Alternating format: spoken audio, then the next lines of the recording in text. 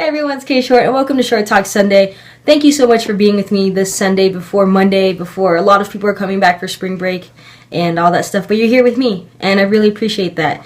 So today we're going to be talking about just a little bit about my life of being a queer woman of color. There's this theory that I learned when I was in undergrad about intersectionality, and intersectionality is basically a compilation of identities for individuals to walk and how they walk through the world. And so when I say being a queer woman of color, those are three identities that I think play a vital role in my life and how I walk through the world. So at first impression, you'll see, or when you get a little bit closer, or depending on how tight my shirt is, you'll see that I am a woman. Number two, you'll see I'm a person of color. And number three, or maybe this may be the first thing you notice, is that I am also queer.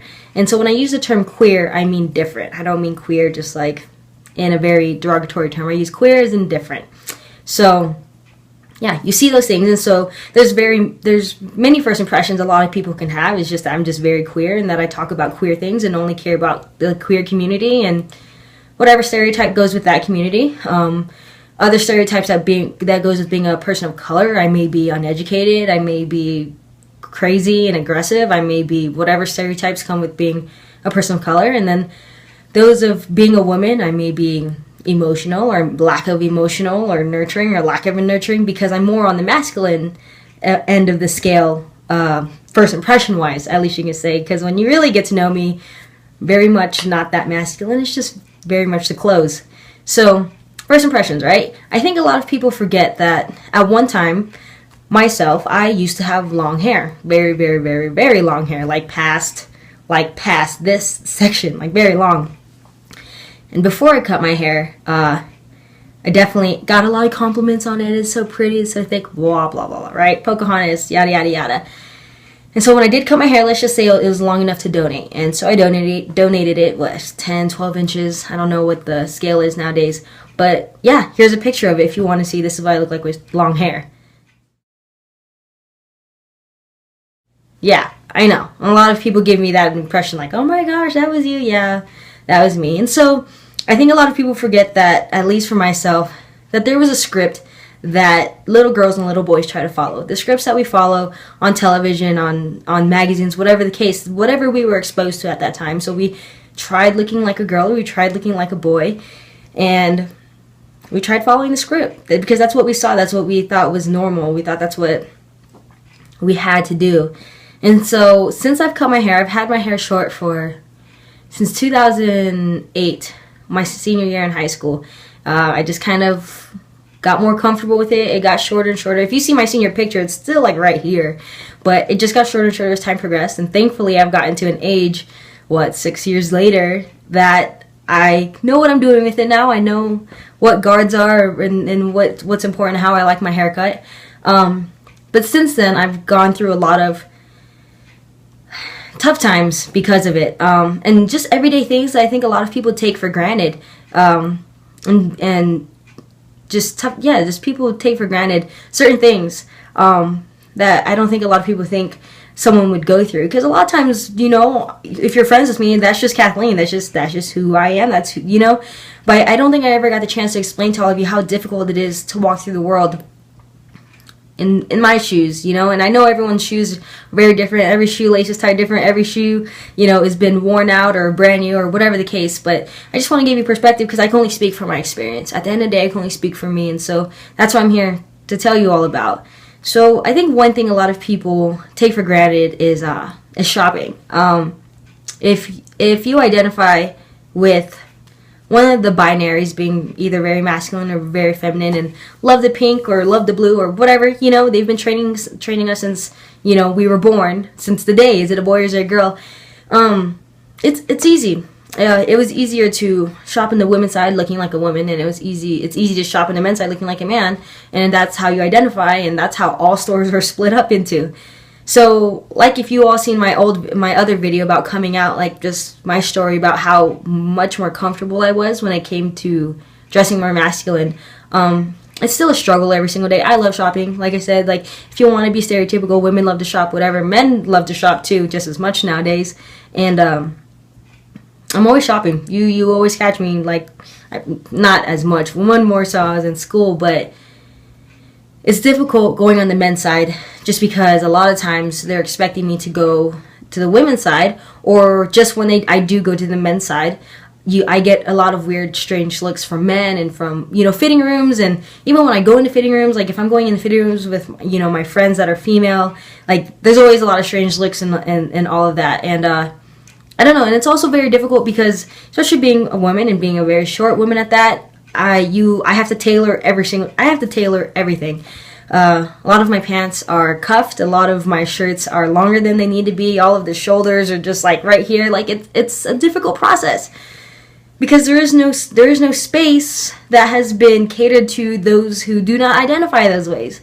So for someone to love shopping and to always have to form into extra smalls, and even the extra small still being too big, or whatever the case, like it's definitely a struggle being able to go shopping. Just doing what people do every single day is shop, and taking for granted that your size may or may not be there. And I know this can speak for a lot of people. This could be for the plus sizes or whatever the case. But like I said, I'm just speaking from my experience, and it's not easy.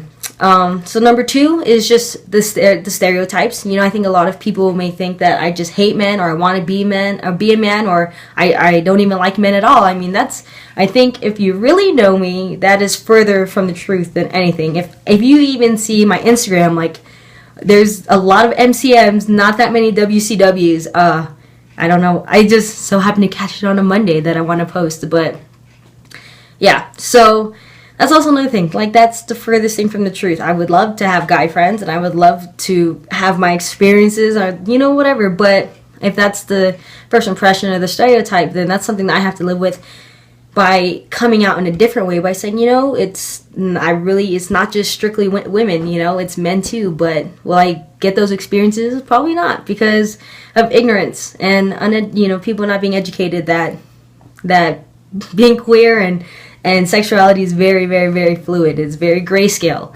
in my eyes. And so, who knows? So number 3 is bathrooms. I think a lot of people really don't take for granted the bathroom situation. I think this is one of the biggest struggles I go through every single day, especially when it comes to public restrooms. I mean, if I go to my own restroom, no one's going to care. It's my restroom.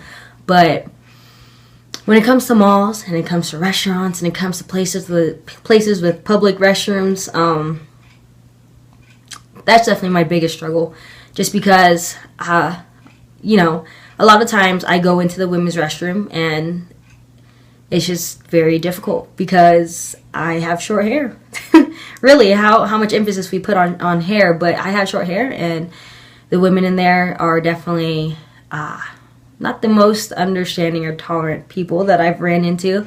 And so when older women go in there, I'm very cautious, and when younger girls go in there, I'm very cautious. I try to get in and get out as fast as I can, to be completely honest.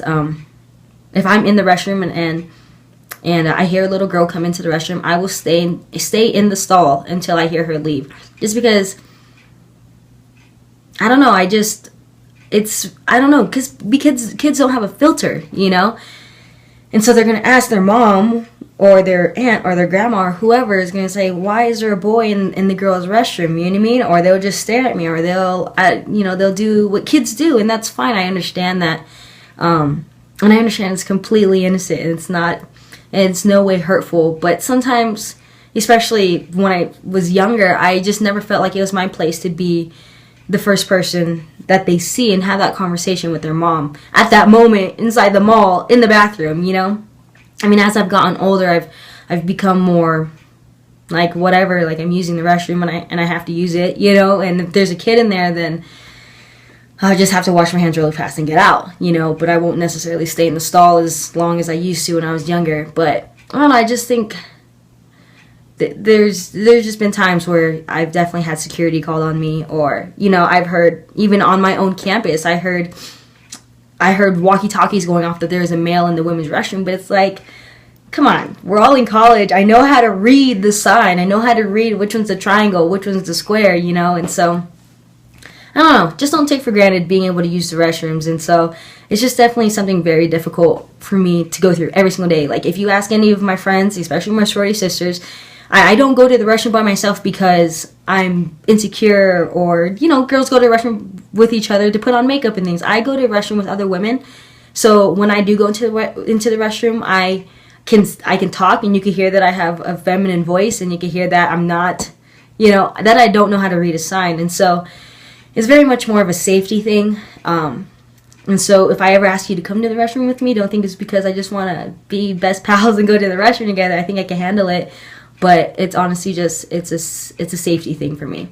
And, you know, I don't feel comfortable going to the restroom by myself. Just because I don't know what's going to happen, you know? There's this one picture I posted on Facebook one day, and it said either, it was a woman who had short hair, and you have the men's restroom and you have the women's restroom, and it says either get beat up or get yelled at. And, I don't know. I just don't think a lot of people realize that that's an experience that a lot of people go through if they don't fit into the binary. So I think at the end of the day, I just want to let you all know, those who've been following, those who are just tuning in, that I'm human at the end of the day, and I have dreams and aspirations just like everybody else, and I make mistakes, and I have my own fears. And that I think the most difficult thing, besides the shopping and the stereotypes and the bathrooms, is just living in the world and fighting to just be me and not having to explain myself all the time. And I know that at the end of the day, I have no reason to explain myself. I don't have to explain myself to anybody, but at the same time, I see it as a space and as a chance to educate others. And so if my story can be related to others and can be shared with others, and recognizing that they're not the only one, then I'm more than willing to share that part of my story and be able to explain myself. And so I'm wearing this shirt called Legalized Trans, and I got it for my birthday. I just turned 24 yesterday. I lied, 2 days ago. I don't know, whenever the 22nd was. I think it was yesterday. I stopped counting at 18. I don't know how many times to tell people. But Legalized Trans, I'm going to take off this shirt, and I want you all to see the back of it, and how grayscale life is, and how grayscale everybody is, and that there isn't just black and white at the end of the day. So, and this is from the Change Project. It's a friend of my Big's, and I'll give you all more information at the end of this video, so just give me 1 second, okay? Yeah.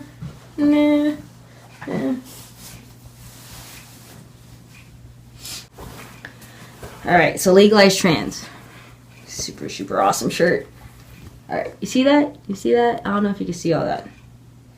Okay, I'm going to read it to you. It says trans. Trans is one word for a variety of identities that are incredibly diverse but share one simple commonality. A trans person is not your traditional cisgender woman. Whoa, man, woman. Beyond that, there is a lot of variation. What does the asterisk stand for? Transgender, transsexual, transvestite, genderqueer, gender fluid, non-binary, gender FUCK, genderless, agender, non-gendered, third gender, two-spirit, and bigender.